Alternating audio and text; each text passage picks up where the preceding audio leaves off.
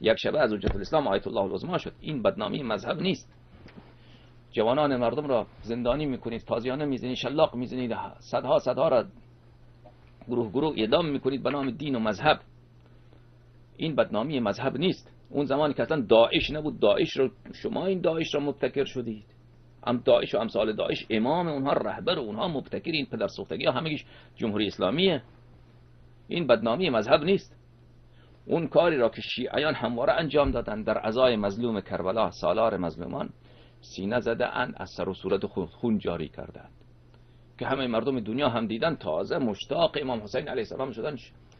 بله، دلداده امام حسین علیه السلام شده اند. اون را میگید از اون بدنامی مذهبه. حالا تسلمنا، اون کسی که در خانه خودش در یک پس کوچه اصفهان یا قم اونجا میبنده در را، اونجا قمم میزنه، اون را چرا شما زندان میکنید؟ حرام زاده ولد الزنا.